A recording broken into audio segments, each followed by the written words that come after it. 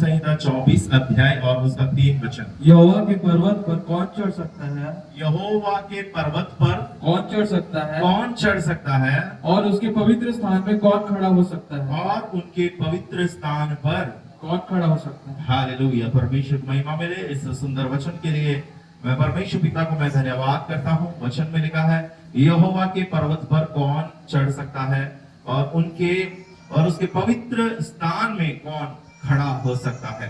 सिर्फ मुझे ये बात चाहिए था, यहोवा के पर्वत पर कौन चढ़ सकता है। हम सबके जीवन में चढ़ने के लिए एक पर्वत, एक माउंटेन परमेश्वर ने तैयार किया है। आप सबके जीवन में एक पहाड़ है जिसे आपको चढ़ना है। वो पहाड़ आपकी आत्मिक जीवन की पहाड़ है। वो पहाड़ ऊंचाई को दर्शाती है, आत्मिक रिश्ता परमेश्वर के साथ को दर्शाती है, प्रार्थना जीवन को दर्शाती है, आत्मिक हमारी संगति को दर्शाती है और परमेश्वर की उपस्थिति को दर्शाती है, प्रभु के साथ एक कम्युनिकेशन को दर्शाती है, आत्मिक बढ़ती को दर्शाते हैं। ऐसा बहुत सारी चीजों को ये दर्शाते हैं। तो आत्मिक दुनिया में पहाड़ पर चढ़ना अर्थ प्रभु की करीब जाना होता है, परमेश्वर के निकट आना होता है, प्रभु के पास आना होता है। इसलिए हम परमेश्वर के कलाम में देखें तो बहुत सारे पहाड़ों के बारे में बाइबल में लिखा है और हर एक पहाड़ में कुछ ना कुछ विशेष घटनाएं हुई है। और हम पुराना नियम से लेकर नया नियम तक पहाड़ की एक लंबी चौड़ी लिस्ट बाइबल में हमको मिलता है। माउंट सिनाई, माउंट होरेब, करमेल जो पहाड़ है, और नया नियम में ताबोर जो माउंट है ना, ऐसा जो जैतून पहाड़ है। वैसे बहुत प्रकार के पहाड़ों के बारे में बाइबल हमें शिक्षा देती है और उन सारे पहाड़ों में कुछ अनोखी घटनाएं भी हुई है जिसके बारे में हम लोगों को देखने को मिलता है और परमेश्वर ने अपना अद्भुत और सामर्थ्य कामों को वहां पर प्रकट किया है। हालेलुया। तो हमारा आत्मिक जीवन में भी एक पहाड़ है जो हर किसी का जीवन में उस पर अगर चढ़ेंगे तो हम परमेश्वर के करीब पहुंच सकता है, हम परमेश्वर के क्लोज और करीब और निकट हम जा सकते हैं। तो पहाड़ क्या दर्शाते हैं? पहाड़ हमें एक आत्मिक दुनिया का एक स्तर को दर्शाता है जहां पर संसार की आवाज नहीं है।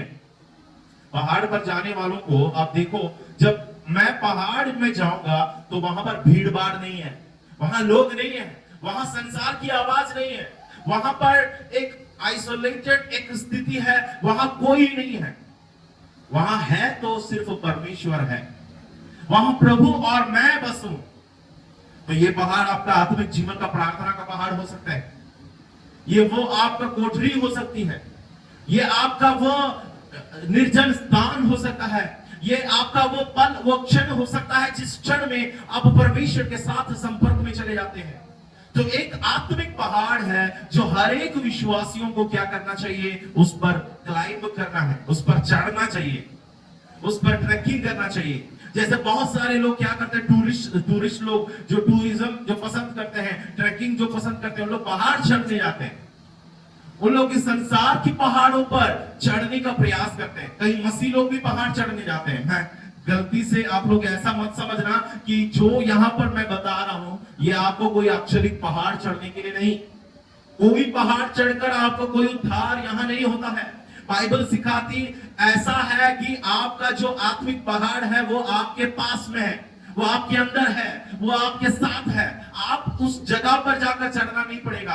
कई लोगों को गलत फहमी होता है कि किसी पहाड़ पर चढ़ने के लिए हमको बोल रहे हैं, हम लोग जाएंगे क्रूस पकड़कर हम भी पहाड़ चढ़ेंगे। कुछ नहीं होगा।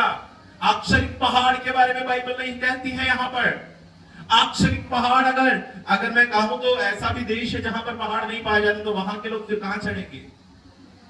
मालदीव्स में पहाड़ नहीं पाए जाते हैं, नेदरलैंड्स में बहुत ऊंचे ऊंचे पहाड़ नहीं पाए जाते, डेनमार्क में पहाड़ नहीं पाए जाते। ऐसे कई जगह है जहां पर पहाड़ नहीं है। तो ऐसी जगह में रहने वाले लोग फिर कौन सी पहाड़ में चढ़ेंगे? क्या उनका उद्धार की आवश्यकता नहीं है? हर एक को परमेश्वर का वचन लागू होता है।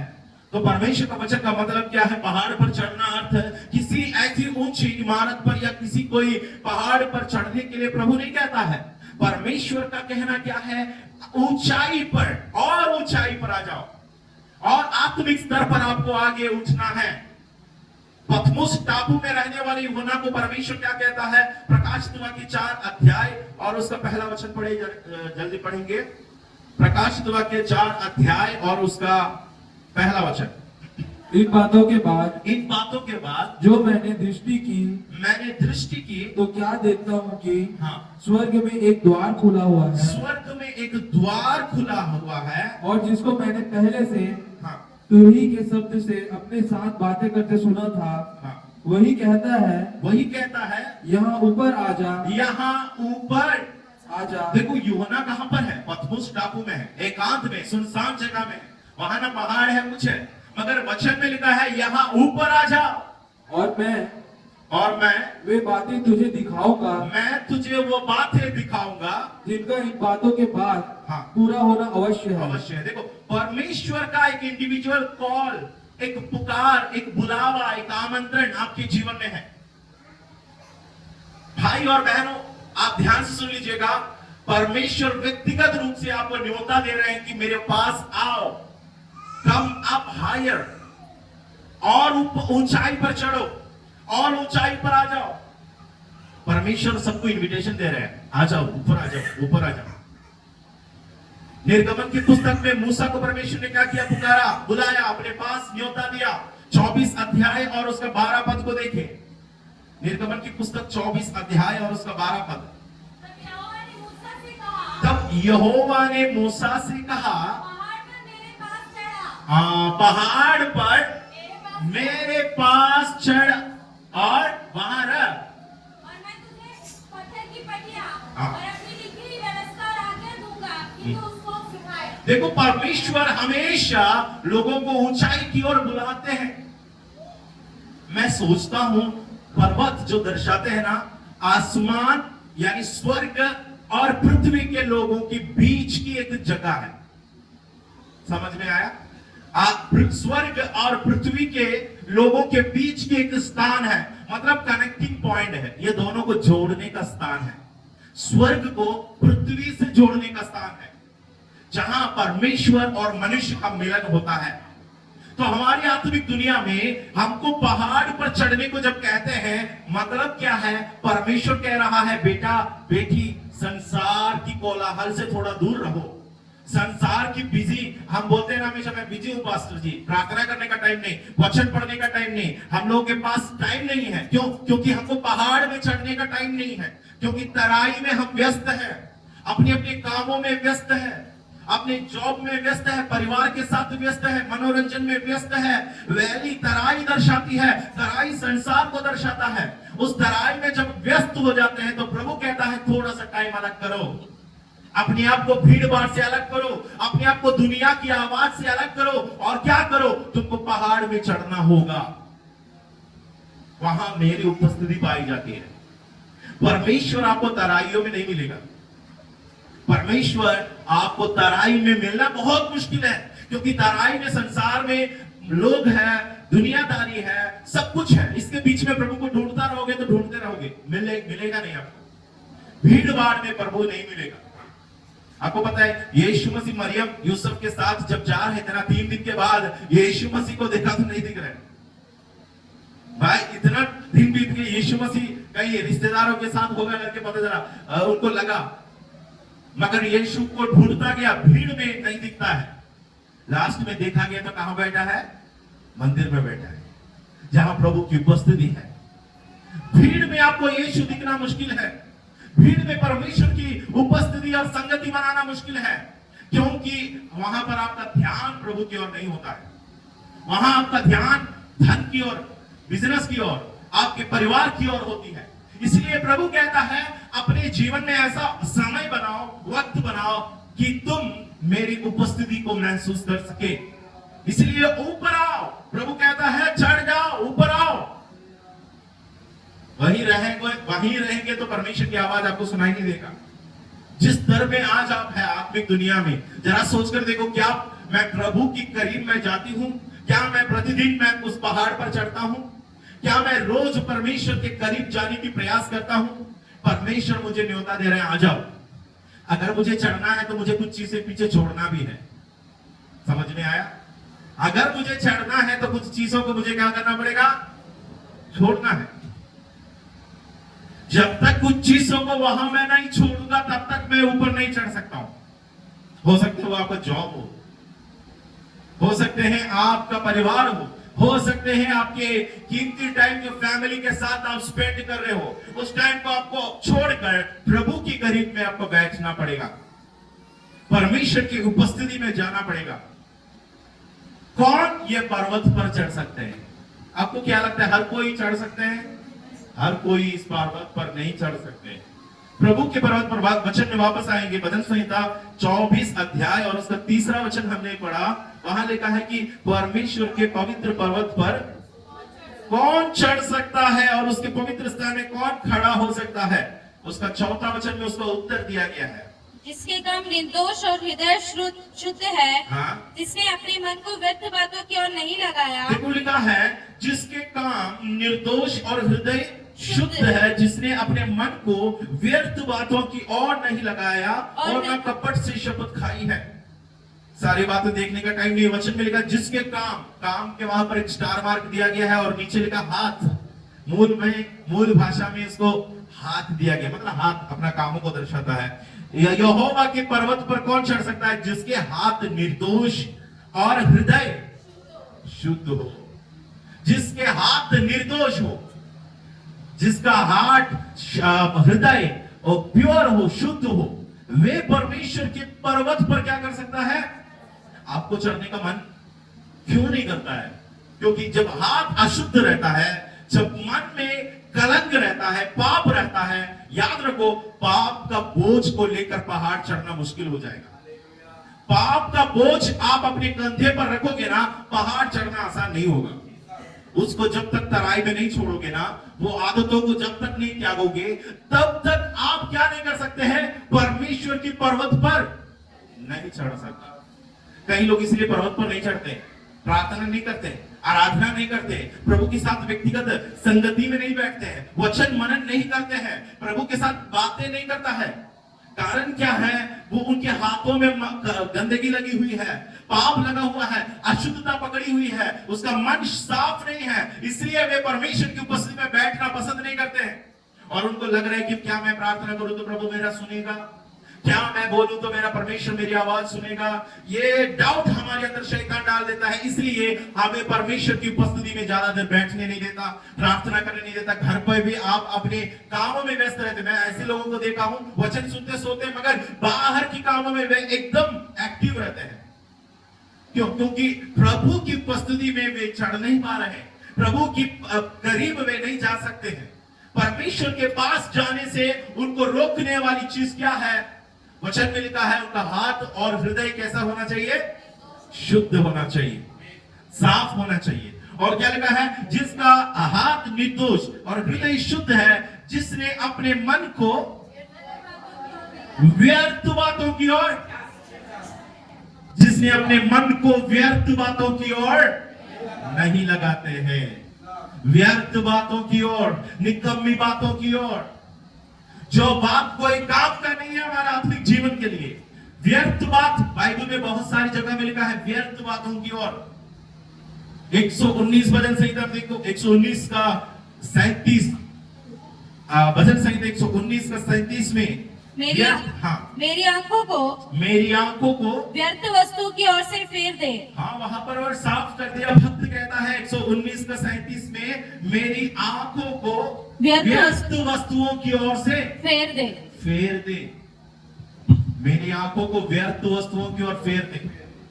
परमेश्वर की कलाम जो पढ़ते हैं ना, ऐसे जो लोग व्यर्थ बातों में अगर आदत हो गया, बुरी बुरी बातों में आदत हो गई, मेरी आंखों को व्यर्थ बातों की ओर जाने मत दे, मेरी आंखों को व्यर्थ वस्तुओं की ओर से फेर दे, तो अपने मार्ग में मुझे 101 का 3 पढ़िए, भजन संहिता 101 का 3। मैं किसी ऊंचे काम पर चित्त ना लगाऊंगा, इन रखता हूं। देखो भजनकार कहता है मैं किसी ऊंचे काम पर चित्त नहीं लगाऊंगा। भक्त कह रहा है I will set before my eyes no wild things, मतलब कोई भी निकम्मे बात मेरे सामने मैं नहीं रखूंगा, ऐसा काम में मैं नहीं रहूंगा। देखो उनका मन उसमें नहीं लगाएंगे, 119 का 37 में हमने क्या पढ़ा? मेरी आंखों को व्यर्थ बातों की ओर से फेर दे। व्यर्थ बातें हमारे जीवन में होती है, व्यर्थ बातें देखना हमारी आंखों को अगर हमने आदत डाल दिया, फिर वो व्यर्थ बात हमारे जीवन में नहीं छोड़ते। कई लोगों को प्रार्थना करने का मन इसलिए नहीं लगता है, कई लोगों का आंख बुरा हो चुका है, खराब हो चुका है, व्यर्थ बातों की ओर देखना चालू हो चुका है, व्यर्थ व्यर्थ चीजें उनके जीवन में आदत बना लिया है। गंदी गंदी चीजें देखना, अश्लील दृश्य देखना, बुरी बुरी चीजों को मोबाइल में, इंटरनेट में, कंप्यूटर में आप देखो। ऐसी चीजों पर जब हमारा मन लग जाएगा, ऐसी बातों को हम अपनी आंखों के सामने देने लगेंगे, फिर हमेशा आपका दिमाग, है ना, वैद्य शास्त्र भी कहते हैं आप जो देखते हैं ना वो आपका दिमाग में रहता है। आप जो देखता है वो हमेशा आपका दिमाग पर उसके असर होता है, आपके सोच में वो आ जाती है, आपके विचारों को वो काबू कर लेते, कब्जा कर लेता है। इसलिए भक्त कह रहा है व्यर्थ चीजों को मैं अपनी आंखों को नहीं दिखाऊंगा, व्यर्थ बातों की ओर से मेरी आंखों को क्या करो? फेर दे। दुनिया में जब हम रहते हैं तो व्यर्थ चीज कौन सा है आपको जानना है। कौन सी ऐसी वस्तु है जो मुझे परमेश्वर से दूर खींचता है, प्रभु की उपस्थिति को अनुभव करने से दूर कर रहा है, प्रभु के पवित्र पर्वत से चढ़ने से मुझे रोक रहा है। हर कोई ये पहाड़ पर नहीं चढ़ सकते प्रियो। जिनकी आंख व्यर्थ वस्तुओं की ओर लगी हुई है वे उस बातों की ओर नजर नहीं लगा पाएंगे, परमेश्वर के आत्मिक दृश्य को देख नहीं सकते हैं। शैतान को जब हम अवसर देता है ना, शैतान फिर हमारी आंखों को हमेशा धोखा देता है, वो बुराइयों की ओर हमें ले जाता है, अशांति की ओर वो हमें ले जाता है। हम हमारी आंखों के सामने व्यर्थ बातों को वो दिखा कर जो सबसे कीमत वाली बात है उसको हमारे जीवन से वो चुरा लेता है। शैतान नहीं चाह रहे कि हम परमेश्वर के करीब जाएं, शैतान नहीं चाह रहे कि हम परमेश्वर के आत्मिक पर्वत पर जाएं। आत्मिक पर्वत पर चढ़ेंगे तो क्या होगा, हमारा जीवन में क्या होने वाला है? The higher you go, the more you see. जितनी ऊंचाई पर आप चढ़ेंगे उतना ज्यादा परमेश्वर की बातों को आपको दिखाई देगा। जितनी ऊंचाई पर जाओगे उतना स्पष्ट होता जाएगा।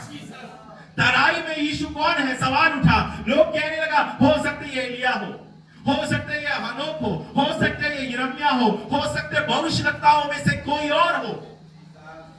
तराई में यीशु के बारे में कंफ्यूजन है। पर्वत पर यीशु ने 3 चेलों को लेकर गया, वहां पर जब प्रकट हुआ, मूसा अलग से प्रकट है, एलिया अलग से प्रकट है, यीशु मसीह बीचों बीच में प्रकट है। उनका कंफ्यूजन दूर हो गया। तराई में कई लोग कहते हैं ये एलिया है, तराई में कई लोग कहते हैं ये मूसा है, तराई में लोग कहते हैं ये यिर्मयाह है, तराई में ये कहते हैं ये नबी है। मगर जब पर्वत की ओर गया तब उनको प्रकट हुआ ये मेरा प्रिय पुत्र है, परमेश्वर का बेटा है। ये प्रकाशन तराई में नहीं होगा, ये प्रकाशन पर्वत पर होता है।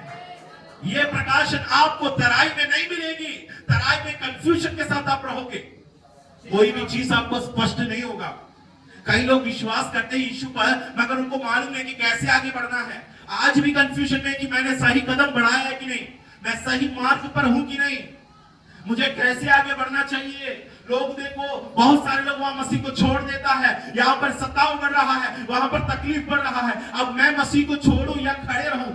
क्यों आप संदेह में है? कारण क्या है? आपने मसीह को देखा नहीं, आपने परमेश्वर की नजारा को, दृश्य को या विश्वास आपका खरा नहीं उतरा है।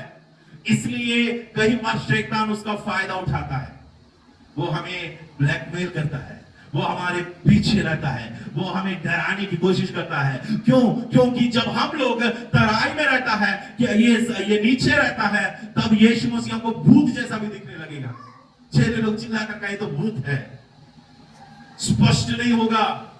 मगर जब पर्वत पर आप जाओगे ना, नजारा क्लियर होता जाता है। आपके हर एक शंकाओं को, आपके सारे सवालों का जवाब परमेश्वर देगा। मूसा दूर से एक दृश्य देखा, जलती हुई कटीली झाड़ी। उसको दूर से वो दृश्य उतना क्लियर नहीं था, इसलिए वचन में लिखा है निर्गमन की पुस्तक 3 अध्याय उसका 4 वचन में शायद मूसा कहता है मैं इसके करीब जाकर मैं देखूंगा, मैं पास में जाकर देखूंगा। तो मूसा देखो होरेब पर्वत के पास में है और परमेश्वर ने उसे जब वो पास आते देखा तो प्रभु की आवाज उसमें से आया। है ना, क्या लिखा है? जब यहोवा ने देखा कि मूसा, हाँ, तीसरा वचन पढ़िए उसका, तब मूसा ने कहा, 3 का 3, हाँ, मैं उधर जाकर इस बड़े आश्चर्य को देखूंगा मैं उधर जाकर इस बड़े आश्चर्य को देखूंगा इस बड़े अचंभे को मैं देखूंगा कि वह झाड़ी क्यों नहीं जल जाती। कि वो झाड़ी क्यों नहीं चल जाती। जब यहोवा ने देखा कि मूसा देखने का यहोवा ने देखा कि मूसा उनके पास आ रहा है। देखो ये पर्वत में ये घटना हो रहा है, आपको पता है। वो एक दो वचन पढ़ना तो पता चल जाएगा। भेड़ बकरियों को चराते चराते परमेश्वर पर्वत के पास वो पहुंच गया। तो जब देखा गया तो झाड़ी है एक, वो कटीली झाड़ी पर आग लगा हुआ है। तो मूसा को समझ नहीं आ रही है ऐसा क्यों हो रहा है। तो मूसा बोलता है मैं उसके पास जाकर मैं देखूंगा, उसके पास जाकर मैं देखूंगा। मूसा उसके पास जाने लगा, तब पता चला ये झाड़ी में असली में आग है या परमेश्वर है, ये क्या है। हम भी जब परमेश्वर के करीब जाएंगे ना, बहुत सारी चीजें जो हमारे जीवन में साफ नहीं दिखता है वो सब कुछ हमको प्रकट हो जाएगा। हम लोगों को लगता है ना ये स्पष्ट नहीं है, प्रभु आपका फ्यूचर के बारे में स्पष्ट नहीं हो रहा है, आपका व्यक्तिगत जीवन के बारे में स्पष्ट नहीं हो रहा है। कारण क्या है? आप पहाड़ पर नहीं चढ़ रहे। आप पहाड़ पर चढ़ो तो आपका हर सवाल का जवाब परमेश्वर देगा। हम पहाड़ पर नहीं चढ़ते हैं। हम लोग दूसरों को बोले कि तुम मेरे लिए पहाड़ पर चढ़ना, लोगों को बोल रहे मेरे लिए प्रार्थना करो, मेरे लिए मेरे जीवन के लिए प्रार्थना करो, मेरी आत्मिक बढ़ती के लिए प्रार्थना करो। लोगों को बोलते, दूसरों को बोले तुम चढ़ो, मैं यहां बैठ जाता हूं, तुम ये काम करो, नहीं होगा। पहाड़ पर आपको चढ़ना है। आपसे परमेश्वर बात करना चाहते हैं, परमेश्वर आपसे बात करना चाहते हैं। आप भूखे तो नहीं है ना। मूसा जो उनका जो मोटा जीभ तक करके लिखा है वो बात सही ढंग से नहीं कर पाता था। प्रभु ने उसको पास बुलाया। चाहता तो प्रभु पहले किसको बुलाते हैं? हारून को बुलाता। मूसा को थोड़ा समझा देना, मैं तेरे को इनके साथ भेज दे रहा हूं, जिसका बात बोलिया स्पष्ट है, जो समझदार है, प्रभु के बारे में जानते हैं। हारून को परमेश्वर चाहता तो पहले अपने पास बुला सकता था, नहीं चुना। जिसके पास कमी है, जो अपने आप को सोचता है मैं इसका लायक नहीं हूं, प्रभु उन्हीं को अपने पास बुलाना चाहते हैं। तू आओ, तू मेरे पास आओ। जिसके पास जो कहते हैं ना मैं इसके लायक नहीं हूं, मेरे को शायद प्रभु की आवाज कभी सुनाई नहीं देगा। बोलने वालों, प्रभु आपसे ही बात करना चाह रहे हैं। जो कह रहे हैं ना मैं कभी प्रभु की आवाज नहीं सुन सकता हूं, आप प्रभु की पर्वत पर चढ़ो, पहले प्रभु आपसे बात करेगा। परमेश्वर की आवाज आपके कानों तक पहले पहुंचेगा। जो कह रहा है कि प्रभु मुझसे शायद बात नहीं करेगा, परमेश्वर आपसे ही बात करना चाहते हैं। जहां पर बिगड़ी हुई ना उन्हीं लोगों को प्रभु बनाना चाहते हैं। इसलिए प्रभु जब भी फोकस करते हैं तो ऐसे लोगों को पहले फोकस करते हैं। परमेश्वर ऐसे लोगों को अपने पास बुलाकर उन्हें प्रभु के सेवकाई के लिए या प्रभु की महिमा के लिए खड़ा कर देता है। तो जब पहाड़ पर हम चढ़ने जाते हैं तो हो सकते हैं हमको चढ़ने में सामर्थ्य ना हो। रोमियो की पुस्तक में भी लिखा है कि हमको प्रार्थना करना नहीं आता है। कैसे प्रार्थना करना करके हम नहीं जानते हैं, प्रभु से कैसे विनती करना करके हम नहीं जानते हैं। हमारी निर्बलताओं में, कमी घटियों में, कमजोरियों में परमेश्वर की आत्मा हमें बल देता है, सामर्थ्य देता है। बेटी पीछे नहीं मुड़ना, पर्वत की ओर चढ़ते जाओ। पर्वत चढ़ना उतना आसान नहीं होता, आपको पता है। पहला 2 कदम बहुत जोर से आप बढ़ाओगे आगे, फिर धीरे धीरे ना बहुत कमर, शरीर, पैर थोड़ा दर्द होने लगेगा। जैसे आप प्रेयर में बैठे हो, घुटने में बैठ के प्रार्थना स्टार्टिंग में करेंगे 2 मिनट, उसके बाद घुटना दर्द करने लगेगा, तो फिर बैठ के प्रार्थना करेंगे, फिर बैठने से भी अजीब लगता है तो लेट के टेक के ऐसी प्रार्थना करेंगे, फिर टेक के प्रार्थना करने के बाद फिर सो के प्रार्थना करते। यहाँ कहां से शुरू किया था? ये उछल के प्रार्थना करने वाला था, अभी लेट सो के प्रार्थना कर रहे हैं। क्या होता है प्रार्थना में आगे बढ़ना? स्टार्टिंग में आपको लगेगा इजी है, मगर आगे बढ़ते बढ़ते थोड़ी सी चढ़ाव, एक स्टीप है, एक ढलान टाइप का, एक ऊंचाई की ओर है। जितनी ऊंचे जाते हैं ना वैसी ऊंचाई बढ़ते जा रहे हैं। तो टॉप में परमेश्वर की उपस्थिति है, एक स्थान है जहां प्रभु के साथ मुलाकात हो सकता है। याद रखो, पर्वत पर चढ़ने वालों याद रखना, एक जगह है जहां मेरे परमेश्वर के साथ मैं मुलाकात जरूर करूंगा। प्रभु मुझे कभी भी निराश नहीं छोड़ने वाला है। मैं उस पर्वत पर चढ़ा, प्रार्थना का पर्वत होगा, आराधना की पर्वत होगा, मैं उस पर अगर मैं चढ़ रहा हूं, मुझे मालूम है आज नहीं तो कल उस पर्वत पर मेरा परमेश्वर से मेरी मुलाकात होने वाला है। तो जब हम पर्वत चढ़ने जाते हैं तो परमेश्वर क्या करता है, हमें सामर्थ्य देता है, हमारा पांवों को फिसलने नहीं देता है।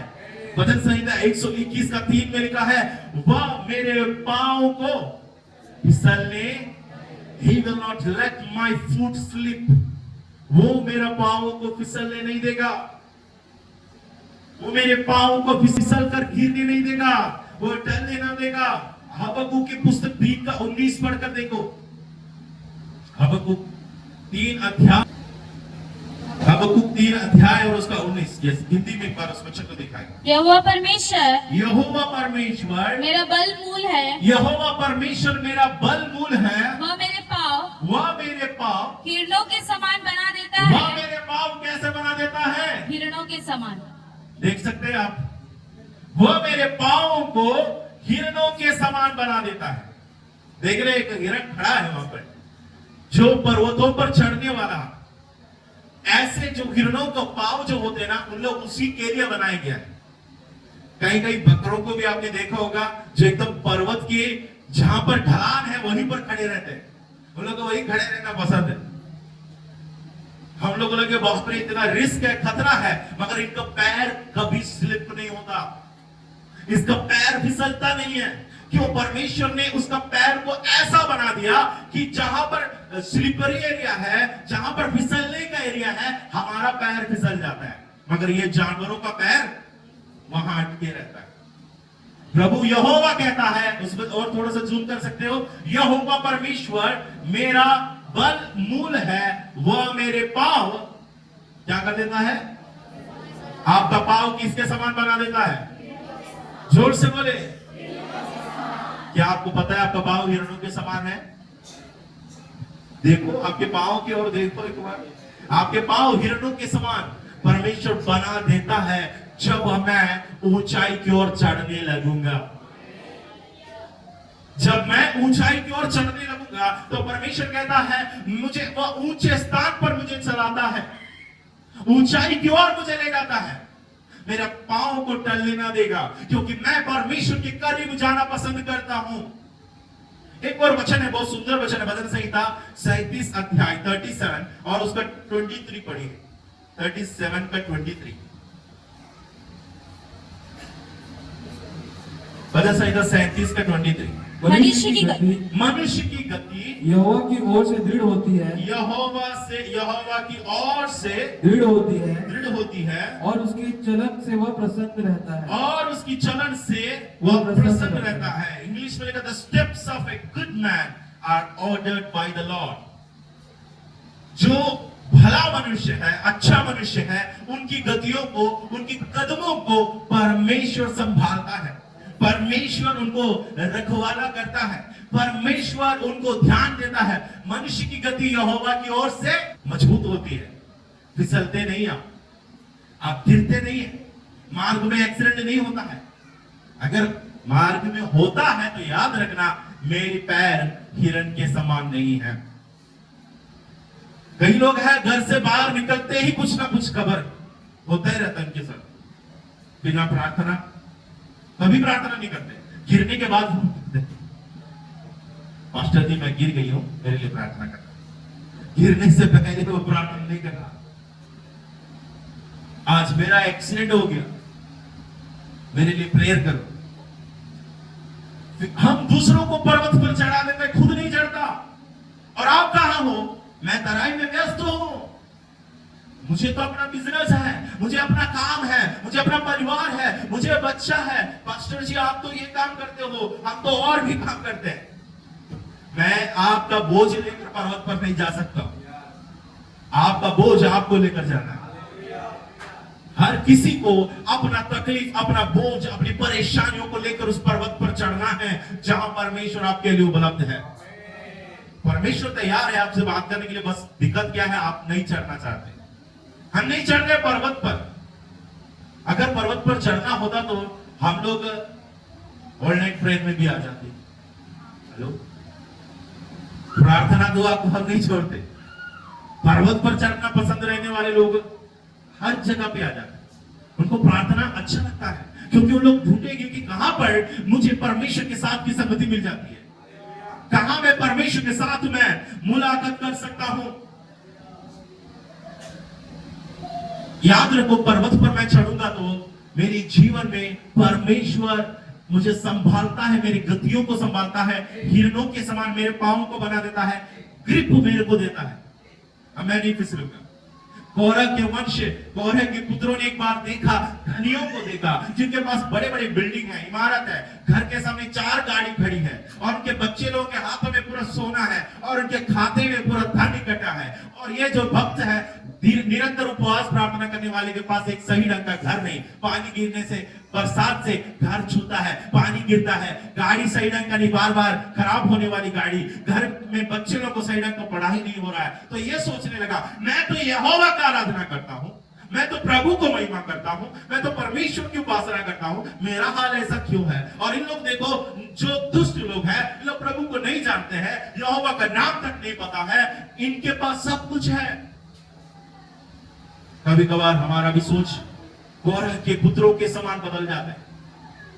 परमेश्वर ने कहा, बेटा वही खड़े रहोगे तो तुम्हें कुछ पता नहीं चलेगा, तुम इधर आ जाओ, क्या करो, मेरे पास आओ, यहां ऊंचाई पर आओ। एक और चीज मैं दिखाता हूं, वचन में लिखा है, जब उन्होंने परमेश्वर के पवित्र स्थान पर चढ़ा और वहां से ये नजारा देखा, तब उन्हें ये दिखाई दिया, उनके पैर फिसलने वाली जगह में खड़ी है। ये कभी भी फिसलेगा, ऐसा ध्वस्त हो जाएगा। इनकी इमारत एक क्रैक, एक दरार पड़ गया तो सालों की कमाई ऐसी ध्वस्त होते हुए को दिखाई दिया। और उनके कदमों की ओर देखा तो वो फिसलने वाली जगह में वे खड़े हैं। और जब उनको यह दिखाई दिया तो वे परमेश्वर को महिमा करने लगा, क्योंकि हमें परमेश्वर ने फिसलने वाली जगह पर नहीं खड़ा किया, हमें प्रभु ने मजबूत स्थान पर खड़ा किया है। ज्यादा धन दौलत और पाने के चक्कर में भागने वालों, तुम्हारा पैर फिसलने की संभावना ज्यादा है।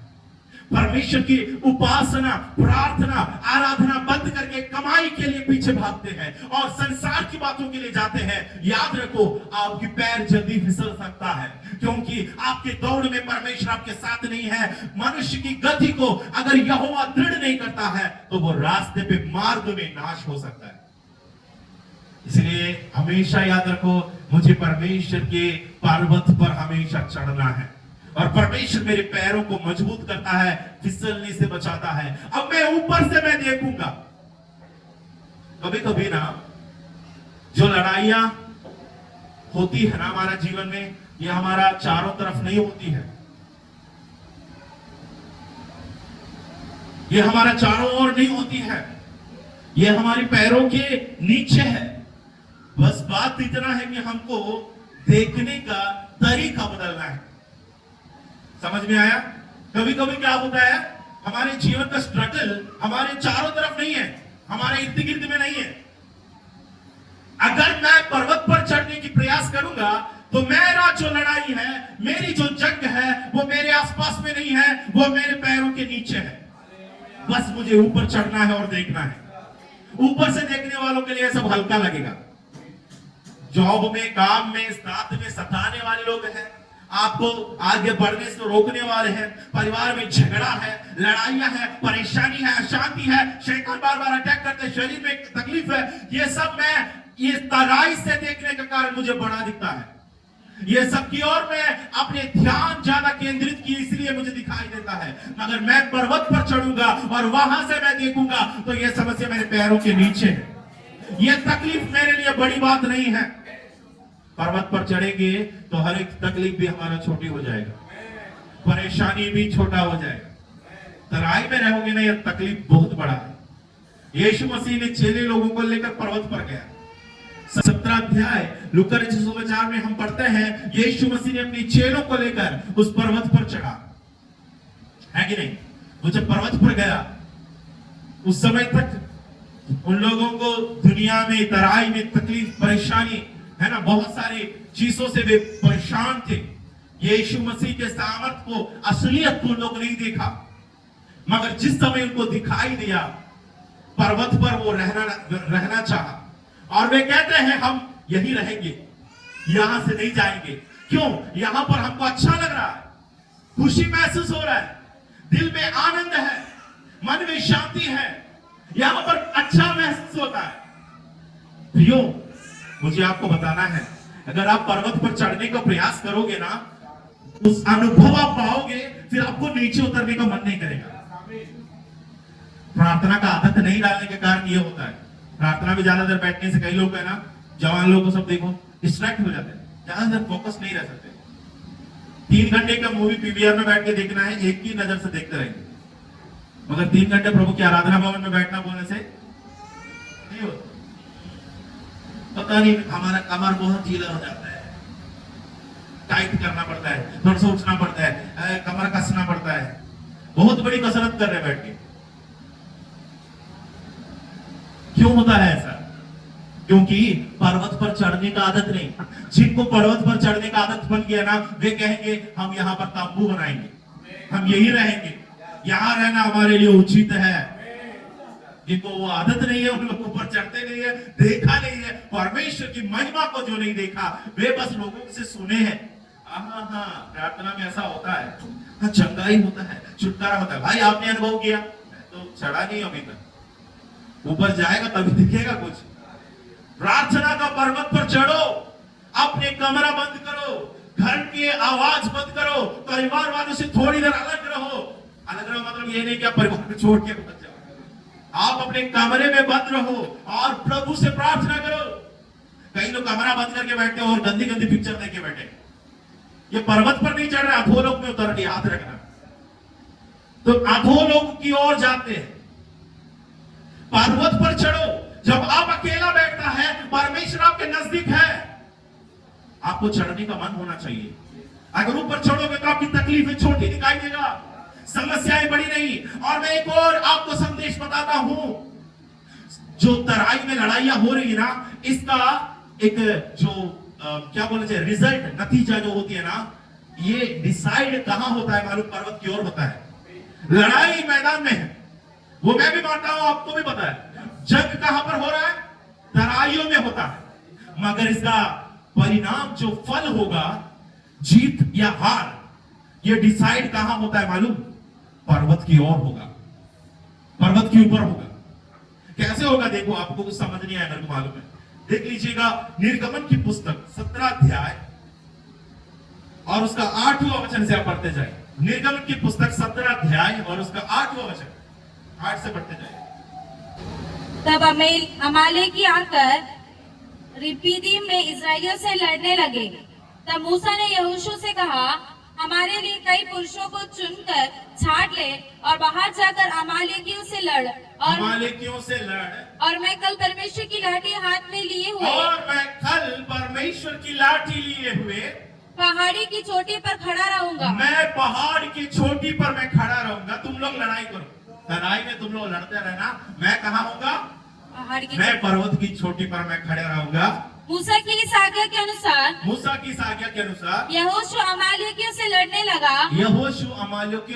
लगा, और मूसा, हारून और हूर पहाड़ी की चोटी पर चढ़ गए। और मूसा, हारून और हूर पहाड़ी की चोटी पर चढ़ गए। जब तक मूसा अपना हाथ उठाए रहता था, ध्यान से देख लो, जब तक मूसा अपना हाथ उठाया रखा, तब तक तो इजरायली प्रबल होता था। तब तक तराई में क्या होता है? इजराइल प्रबल होता है। हेलो, सब ध्यान दे। जब तक मूसा पर्वत पर है, मूसा, लड़ाई का हो रही है, तराई में हो रहा है। और मूसा जब तक पर्वत पर हाथ उठाया है, असर कहां हो रहा है? नीचे तराई में हो रहा है। जब मूसा हाथ उठा के प्रभु से विनती करता है या हाथ उठाया रहता है, तब इस्राएली लोग अमालेकियों पर प्रबल हो जाता है, उनको दबा देता था लड़ाई में। लेकिन क्या होता है देखो, परंतु जब वह उसे नीचे करता, जब वो थोड़ा थक जाता है। कई लोग होते हैं ना, प्रार्थना की पर्वत पर चढ़े हैं, फिर भी मुंह नहीं खोलता है, फिर भी प्रार्थना नहीं करते। प्रार्थना के नाम से कई बार क्या होता है, प्रार्थना के नाम से बैठ जाते हैं, फिर बैठ के कुछ और काम करने लगता है। जब जब उसका हाथ नीचे हो जाता था तब तब अमालेकी प्रबल होता था। तब तब क्या होता है? अमालेकी प्रबल होता है। इस्राएलियों पर प्रबल होता है। और पर जब मूसा के हाथ भर गए, याद रखना, एक से बढ़कर जहां 2 या 3 मेरे नाम से इकट्ठा होगा, उनके बीच में मैं रहूंगा। अकेला प्रार्थना करते करते ये बहन थक गई।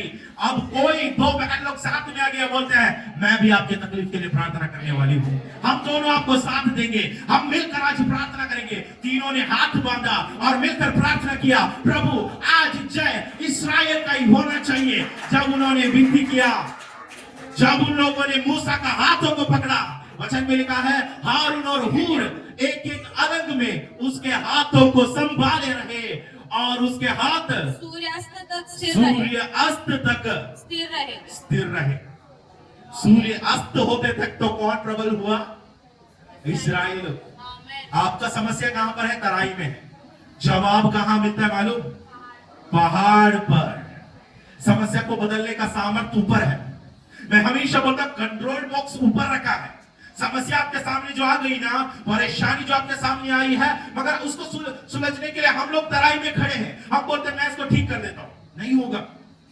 बच्चे बिगड़ रहे और हम खुद बोल रहे कि मैं यहीं पर उसको सुधार देता हूं। कहां पर? तराई में नहीं होने वाला है। उसका कंट्रोल बॉक्स कहां पर है? पर्वत की ऊंचाई पर है। वो पर्वत की ऊंचाई पर आपको चढ़ना है। आप चढ़ोगे, वहां से कंट्रोल होगा, नियंत्रण होने वाला है, कुछ चीजें बदलने वाला है। परिवार की स्थिति बदलते देखना है, आपको पर्वत पर चढ़ना है। घर की हालत बदलना है। क्या आप चाह रहे हैं मेरा परिवार का हालत बदलना है और आप तराई में बैठे हैं? कभी नहीं बदलेगा। परिवार को बदलने का कंट्रोल बॉक्स प्रभु ने ऊपर रखा है। ऊपर चढ़ेगा ना, हाथ उठाओगे ना, प्रार्थना करोगे ना, परमेश्वर नीचे काम करना शुरू कर देगा। इसलिए मैंने बोला कई समस्याएं जो हमारे इर्द गिर्द में है ना, ये सब हमारे लिए बहुत बड़ी बात नहीं होगा। अगर मैं चोटी पर मैं चढ़ूं, वहां से मैं देखूं ये समस्या छोटा है और मैं यही से इसको नियंत्रण कर सकता हूं। एक बार ना आराम की सेना एलीशा के चारों ओर अटैक करने आए। क्या लगता है? परमेश्वर का बहुत लगता है। उनको मारने के लिए आया है बड़ी सेना, चारों तरफ से मिलिट्री वालों को लेके आया। उस समय बंदूक नहीं है, फिर भी तलवार और सब कुछ ढाल वाल लेकर चारों तरफ से घेर लिया। एलीशा का एक दास है जिसकी आत्मिक आंखें नहीं खुली है, कभी पहाड़ पर नहीं चढ़ा। हमारे जैसे है तुम प्रभु में विश्वास में, अगर कभी भी अपनी आत्मिक आंख खोली नहीं, कभी पर्वत को नहीं देखा, कभी ऊंचाई से नहीं देखी, वो कहता है एलीशा भाई हो गया, आज हम दोनों का कब्र खोदना पड़ेगा, देख लो जगह कहां चाहिए। उनका दास ऐसा जब बोलते गए तो एलीशा ने प्रार्थना किया, प्रभु इनकी नजरों को क्या करो, इनकी आंखें खोल दो कि ये तराई से ना देखे, ये आपकी ओर से देखने पाए। ऊंचाई से देखना और तराई से देखने में फर्क है। उस वचन की ओर आप आ सकते हैं, दूसरी राजा 6 अध्याय और उसका 15 से पढ़िए। दूसरा राजा, राजाओं की पुस्तक 6 अध्याय और उसका 15 वचन। भोर को परमेश्वर के भक्त का टहलुआ हाँ। उठा और निकलकर क्या देखता है कि हाँ। घोड़ों और रथों समेत एक दल नगर को घेरे हुए पड़ा है। नगर को पूरा घेरे हुए पड़ा है। तब उसके सेवक ने उससे कहा, उसका सेवक ने उससे कहा, हाय मेरे स्वामी, हम क्या करें? उसने कहा मत डर, क्योंकि जो हमारी ओर है वह उनसे अधिक है जो उनकी ओर है। एक दल खड़े हैं, जितने भी बड़ी दल आए हैं, प्रभु का भक्त कहता है मत डरो, उनको देकर मत डरो, जितने उनके पास है उससे भी कहीं अधिक हमारे चारों ओर है। अधिक कहीं और है जो उनकी ओर है। और 17 वचन। तब एलीशा ने यह प्रार्थना की, हे यहोवा, इसकी आंखें खोल दे कि ये देख सके। तब यहोवा ने सेवक की आंखें खोल दी। और जब वह देख सका, तब क्या देखा कि एलीशा के चारों ओर का पहाड़ अग्नि में घोड़ों और रथों से भरा हुआ है। एलीशा के चारों ओर के पहाड़ में अग्निमय रथ, स्वर्गीय सेना लड़ने के लिए तैयारी के साथ खड़ा है। इतनी बड़ी सेना अगर हमको दिखेगा ना, हम किसी से नहीं डरेंगे, मनुष्यों से नहीं डरेंगे, क्योंकि परमेश्वर का बहुत बड़ी सेना हमारी चारों ओर है। बात बस इतना है कि हम देख नहीं पा रहे हैं। यहां पर एलीशा की जो गेहजी के समान, दास के समान हमारी आंख धुंधला पड़ गई। संसार के धन दौलत पर और संसार की बातों पर, मूवी पर, पिक्चर पर, टीवी पर और दुनियादारी बातों पर हमारा आंख वहां पर गई है, वहां पर रुक गई है। हम लोग आगे परमेश्वर की महिमा को नहीं देख सक रहे। इसलिए क्या होता है, कभी कभार हम लोग अपने जीवन में हताश हो जाते हैं। बोलते हैं मैं चर्च नहीं जाऊंगी, आज मैं प्रार्थना नहीं करूंगी। कारण क्या है, मैंने उम्मीद रखा मगर हुआ नहीं। उम्मीद रखने से नहीं होता है, आस लगाने से नहीं होता, पर्वत पर चढ़ना पड़ता है। पर्वत पर चढ़ेंगे, आपकी परेशानियों का समाधान प्रभु वहां पर रखा हुआ है। गेहजी की आंखों को परमेश्वर ने खोला। जब उसने देखा तो देखो नीचे तराई में कितनी है, एक दल सेना खड़ा है। ऊपर देखा चारों तरफ की पहाड़ सेना से भरा हुआ है। आपको पता है, एक स्वर्गदूत काफी है, एक स्वर्गदूत काफी है सभी को खत्म करने के लिए, नाश करने के लिए। प्रभु कहता है हम लोग अभी सामर्थ का, बल का, शक्ति का इस्तेमाल नहीं करने वाला है। प्रियो, हमारा सेना को अगर देखेंगे ना, यहां नहीं दुनिया नहीं, सबसे टॉप सेना दुनिया का अमेरिका का सेना, यूएस का सेना, सबसे टॉप सेना इंटेलिजेंस में, हर एक चीज पे, पावर में, ताकत में अमेरिका, रशिया जैसे देशों का सेना बहुत आगे है। इसलिए उन लोग दुनिया का पुलिस कभी कभी बनता है। समस्याओं को सुलझाने के लिए लोगों के बीच में इंटरफेयर करते हैं। अब पाकिस्तान इंडिया के बीच में जब लड़ाई हुई तो ट्रंप वहां से कह रहा है दोनों के बीच में शांति मैं स्थापना करूंगा। मेल करवाने के लिए उन्होंने आदेश दिया वहां से। मोदी भी बात सुनता है, अब पाकिस्तान को भी सुनना पड़ेगा, नहीं तो आतंकवाद देश घोषित कर देंगे, फिर किसी के साथ नाता नहीं होगा। तो देखो उन लोगों का सेना की सामर्थ्य से या उनकी टेक्नोलॉजी से, इंटेलिजेंस से लोग भी जरा सोचते हैं एक बार लड़ने से पहले। इजराइल की सेना कम नहीं है, गिनती में बस कम है, मगर अपने दिमाग में वो तेज है। ये सब सेना, चाहे कितनी भी बड़ी सेना, चीन की, रूस की, चाहे कितनी भी बड़ी सेना इकट्ठी हो जाए, परमेश्वर का भक्त कहता है बड़ी सेना भी मेरे विरुद्ध में आए मैं नहीं डरूंगा। कितनी भी बड़ी सेना है मैं नहीं डरूंगा, क्योंकि जो मेरी ओर है वो इससे भी कहीं अधिक है।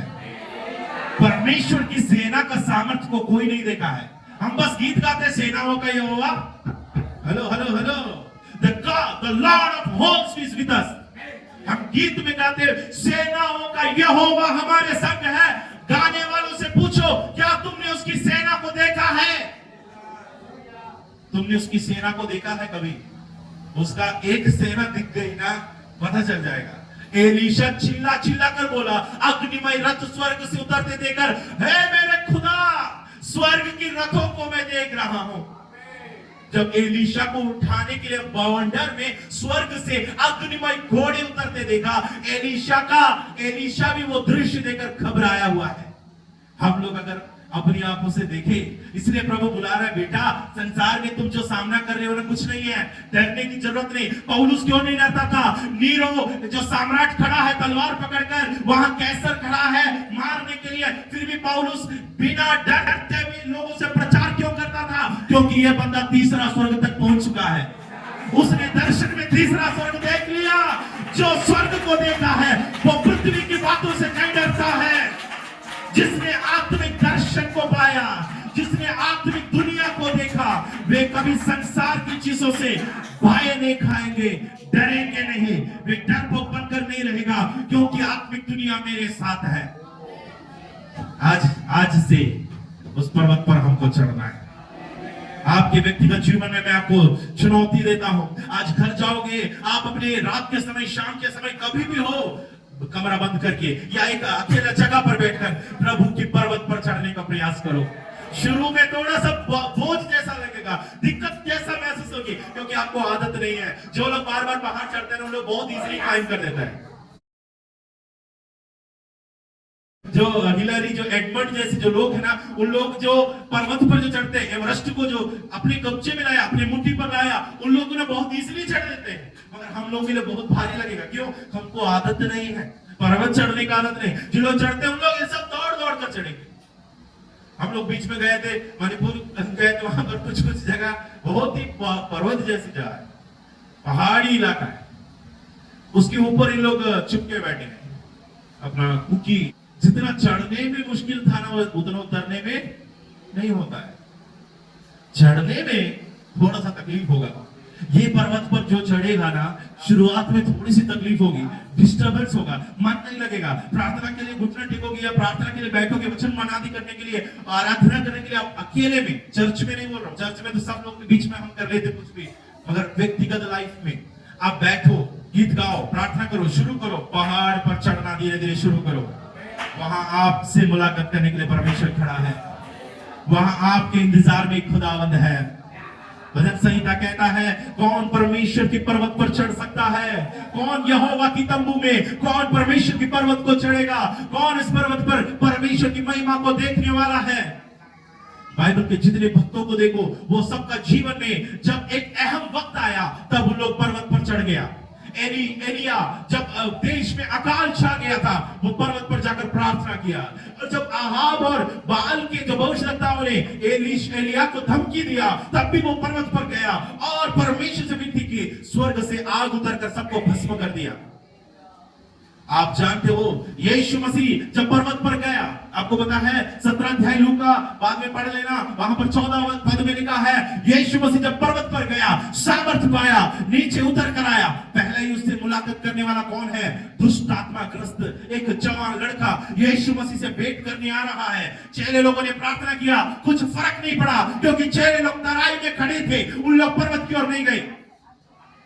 याद रखो, एक दुष्ट आत्मा ग्रस्त के माँ बाप वहां खड़े हैं और बोलते हैं, तू यहाँ नहीं था, तू पर्वत पर था, मगर तेरे चेलों ने प्रार्थना किया, ये ठीक नहीं हो सका, ये तो बहुत खतरनाक दुष्ट आत्मा है। यीशु मसीह सामर्थ पाकर या पर्वत से जो नीचे उतरा है, उसके कहने से वो दुष्ट आत्मा भाग निकलता है। सामर्थ कहां से आया? पर्वत से वो नीचे उतर कर आया। जब कभी जीवन में थोड़ा डाउन लगेगा ना, दुखी लगेगा ना, जीवन में निराश लगेगा ना, बैठो, प्रभु की पर्वत पर चढ़ने का वक्त आया। समस्याओं को समाधान होते हुए आपको देखेगा। ये दूसरों को बोझ ना दे कि दूसरे आपके लिए प्रार्थना करें, वो करेंगे जरूर, मगर उनके लिए अपनी समस्या सबसे बड़ा रहता है। प्रियो, हमेशा याद रखना, ये पर्वत पर मुझे चढ़ना है। कितने लोग ये पर्वत पर चढ़ने के लिए तैयार हैं? आज मुझे परमेश्वर के इस पर्वत पर चढ़ना है, प्रभु की वो महिमा को मुझे भी देखना है।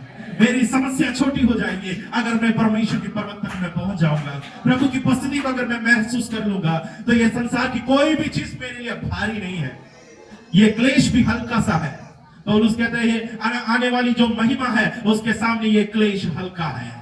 क्या हम अपने जीवन को प्रभु के हाथों में समर्पण करें? आज इस पर्वत आपके जीवन में एक बड़ी ब्रेक थ्रू का कारण बनाने पाए। आपकी समस्याओं को दूर करने वाली एक पर्वत है, आपकी परेशानियों को हटाने वाली एक पर्वत है। ये पर्वत आपके जीवन में क्या, ये पर्वत आपके जीवन में है क्या? इस पर आप चढ़ा है क्या? परमेश्वर की वो पर्वत आपके लाइफ में बनाया है?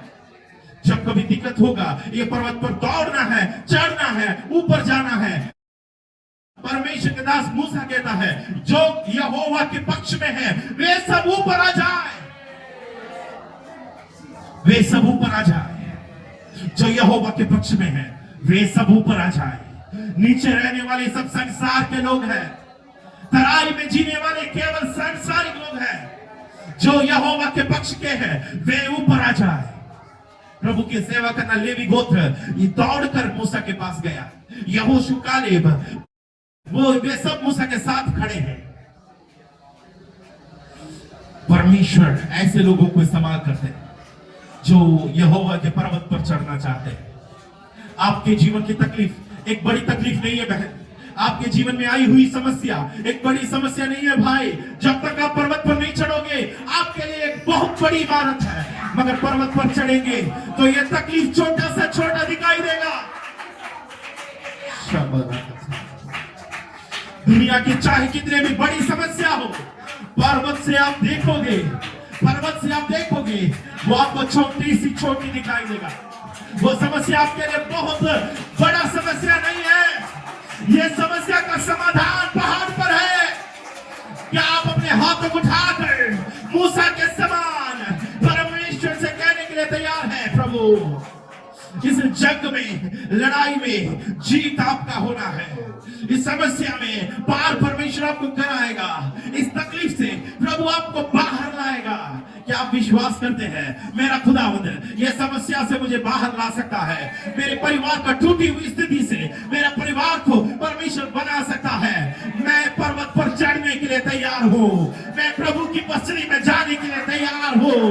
मैं प्रभु से बात करने के लिए तैयार हूँ। मैं प्रभु की आवाज को सुनने के लिए तैयार हूँ। वो परमेश्वर आपसे बात करेगा। पर्वत से आवाज, पर्वत से आवाज, पर्वत से आवाज, है मूसा जिस स्थान पर तू खड़ा है ये पवित्र है। पवित्र आत्मा के सामर्थ्य से आपकी परिवारों की